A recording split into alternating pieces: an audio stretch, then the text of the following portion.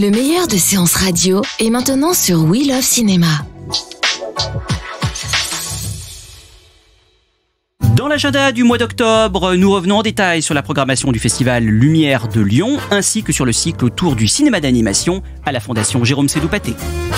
Le Festival Lumière, c'est devenu depuis maintenant une dizaine d'années un événement incontournable du cinéma classique, du cinéma de patrimoine, initié en 2009 par Thierry Frémaux et Bertrand Tavernier. Le festival n'a fait que prendre de l'ampleur d'année en année. Des spectateurs cinéphiles et moins cinéphiles sont là à salle comble. C'est quand même un festival, il faut le rappeler, qui est véritablement dédié au public. Les salles sont pleines et ça, c'est quand même quelque chose vraiment d'assez impressionnant quand on y va. Donc cette année, c'est la 10e édition du festival, avec donc en invité d'honneur Jane Fonda, dont on en reparlera tout à l'heure, qui recevra le 10e prix Lumière. Ce n'est que la deuxième femme d'ailleurs à recevoir ce prix après Catherine Deneuve. Et avec Jérôme, nous allons un petit peu détailler cette programmation de ce festival Lumière. À commencer donc par la rétrospective Jane Fonda, mais aussi un panorama sur l'œuvre de son père, le grand Henri Fonda. J'ajoute d'ailleurs que pour la cérémonie de clôture, une version restaurée 4K des Raisins de la colère sera projetée à la halle Tony Garnier pour la cérémonie de clôture. Alors, le Festival Lumière continue son exploration des grands cinéastes français, pour certains décriés, encore pas si longtemps, et aujourd'hui célébrés, on peut s'en réjouir, avec notamment l'œuvre d'Henri Decoing. Henri Decoing, c'est bien sûr La vérité sur Bébé Donge, Jérôme, mais pour des spectateurs qui vont aller à Lumière, qui vont découvrir l'œuvre d'Henri Decoing, qu'est-ce qu'on pourrait éventuellement leur suggérer ? Non, ce qui est bien avec le Festival Lumière, c'est la réhabilitation. C'est-à-dire que des cinéastes oubliés ou un petit peu qu'on célébrait pas trop, on peut à nouveau voir en plus sur des copies restaurées, le tout souvent présenté par Bertrand Tavernier, ce qui gâche rien pour le coup. Donc il y a ça, quoi. Il y a toute cette effervescence autour de réhabilitation, et surtout les salles sont pleines, ça c'est vrai, mais sont pleines aussi de jeunes cinéphiles. C'est-à-dire qu'il y a quand même un gros souci en ce moment de renouvellement de la cinéphilie, clairement, pour plein de raisons. Mais là, au Festival Lumière, c'est assez rempli, quoi. Il y a une vraie curiosité. L'année dernière, il y avait la présentation des quelques épisodes de Voyager à travers le cinéma français. C'était plein, quoi. Il y avait des gens sur les marches, Donc, il y a ça, quoi. Et ça, Lumière, c'est vraiment très spécifique. C'est par rapport à Cannes, par exemple, on peut croiser les gens entre les séances, tout ça, à la Villa Lumière. Il y a un côté village, en fait. Il n'y a pas du tout, je trouve, à Cannes. En effet, c'est une célébration de tous les cinémas et de toutes les cinématographies, il faut bien le dire. Alors, en dehors donc de l'œuvre d'Henri Decoing, il y aura également des films consacrés à Richard Thorpe, alors qui est considéré un peu comme un faiseur d'Hollywood, alors qu'il sera peut-être temps de redécouvrir.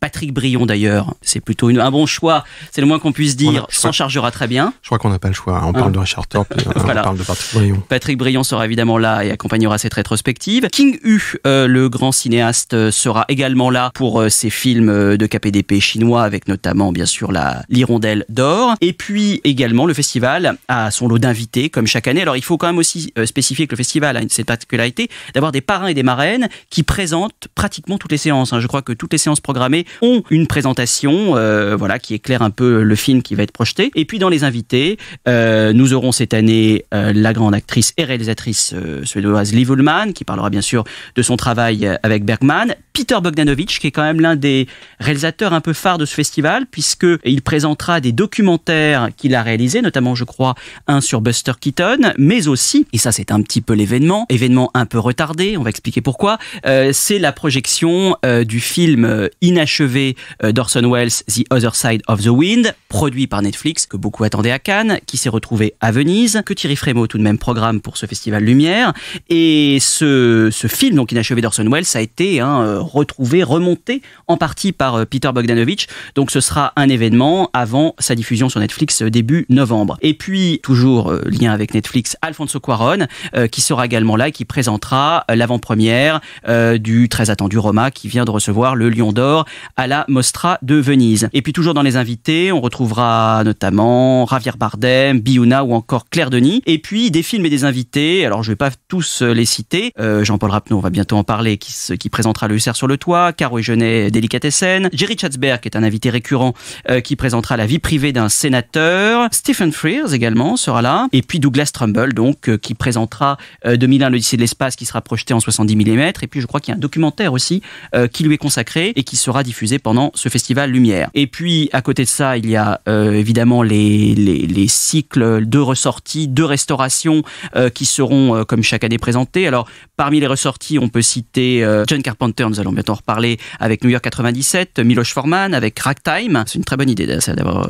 je trouve, restauré Ragtime, Mario Monicelli avec Les Camarades, Oshima avec L'Empire de la Passion, ça c'est pour les ressorties, je pourrais citer aussi Fritz Lang. Et puis dans les nouvelles restaurations, Le voleur de bicyclette de Vittorio De Sica, qui avait déjà été présenté à Cannes Classique, qui sera présenté là, Anthony Mann également avec Winchester 73, je n'en cite que quelques-unes puisqu'il y a aussi des œuvres de Enrico Ruffio, René Ferré. Dans les grandes projections, ça c'est moi je me souviens l'année dernière, on a eu le droit notamment au 1900 Bertolucci, c'était quand même quelque chose d'assez exceptionnel. Là nous aurons dans les grandes projections Greystock notamment, en présence de Christophe Lambert et Hughenson, Le destin de Youssef Chahine, La horde sauvage de Sam Peckinpah. Le festival a aussi toujours une attention particulière pour le cinéma muet, avec notamment des ciné-concerts, encore je crois cette année lié à Buster Keaton, puisque il y aura je crois le dimanche 21 octobre, jour de la clôture, voilà un ciné-concert à l'Auditorium de Lyon de Buster Keaton avec Ma vache et moi, réalisé donc par le maître du muet. Et puis d'autres ciné-concerts accompagnés au piano seront projetés pendant ce festival. Côté jeune public, c'est là où le festival est ouvert, nous aurons la trilogie du Seigneur des Anneaux de Peter Jackson, et oui,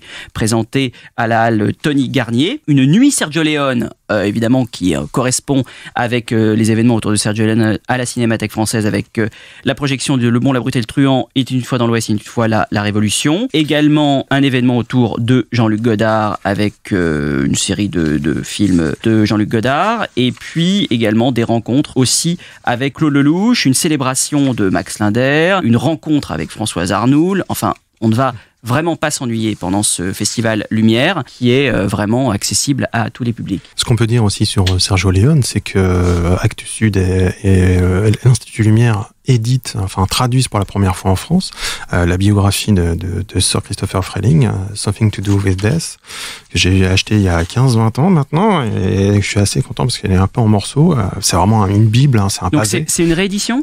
Non, c'est une adaptation parce que ça n'est jamais sorti en France, et c'est la biographie la plus complète sur Leone. Voilà, elle était disponible, c'est sorti à la fin des années 90 ou début 2000 en anglais, et on l'avait jamais vu, on avait jamais pu la lire en français. Donc là c'est vraiment une superbe occasion, et je crois que l'Institut Lumière est coéditeur là-dessus. Voilà, donc ce sera en effet un livre à découvrir au Village Lumière pendant ce festival. Donc toute une programmation du 13 au 21 octobre à Lyon, alors dans nombreuses salles de la ville de Lyon, mais aussi de la région lyonnaise. Beaucoup d'événements donc à retrouver sur le site du festival Lumière. Sergio Leone, justement, on en parle rapidement puisque nous en parlerons beaucoup plus longuement lors du prochain flashback, mais sachez donc une exposition sur le réalisateur d'Il était une fois en Amérique débutera à la Cinémathèque française le 10 octobre et se poursuivra jusqu'au 27 janvier 2019, accompagnée d'une rétrospective de ses films du 10 octobre au 24 novembre. Mais en effet, vous venez de parler de l'édition de ses livres autour de Sergio Leone, de la rétrospective et surtout de l'exposition, donc nous en parlerons plus longuement lors du prochain flashback. Et enfin, pour un plus jeune public, mais pour les jeunes et les moins jeunes, un cycle dédié au cinéma d'animation d'Emile Cole à Walt Disney qui a lieu à la Fondation Jérôme Sédou-Paté du 17 octobre au 3 novembre, donc pendant les vacances de la Toussaint. La Fondation dédiera donc sa programmation aux dessins animés, qui ne sont pas à cette époque-là que de l'œuvre de Walt Disney, puisqu'il y a en effet beaucoup de sources. Alors, ce seront des séances exceptionnelles accompagnées par un pianiste qui jouera en direct pendant la projection. Les jeunes cinéphiles et les moins jeunes pourront découvrir les chefs-d'œuvre animés imaginés par Emile Cole, Winsor McCay, Marius O'Gallop, Robert Lortak. Alors, il faut aussi rapidement qu'il y ait Emile Cole. En 1908, il réalise Fantasmagorie, qui est un film assez fondateur, applaudi par le public à l'époque. Il réalisera d'autres longs métrages, notamment Fantaisie, Dagnor, Maltracé et Le peintre néo-moderniste. Il y aura donc aussi des films autour de Winsor McCay, également au programme, dans le sillage donc de ses inventeurs, Marius O'Gallop, qui a réalisé des fresques à absurdes comme Fable de La Fontaine notamment. Et puis Robert Lortac donc transpose la caricature de presse dans le monde de l'animation et réalisera Canard en ciné notamment, où la tuberculose menace tout le monde. Et puis évidemment aussi au programme les formidables Alice Comedies qui sont absolument à découvrir, qui avaient déjà été proposés en salle il y a quelques mois, et donc ce sera aussi une occasion de les découvrir. Donc dans ce cycle, le cinéma d'animation d'Emile Cole à Walt Disney du 17 octobre au 3 novembre à la Fondation Jérôme Sédou-Paté. Retrouvez l'ensemble des contenus Séance Radio proposés par We Love Cinéma sur tous vos agrégateurs de podcasts.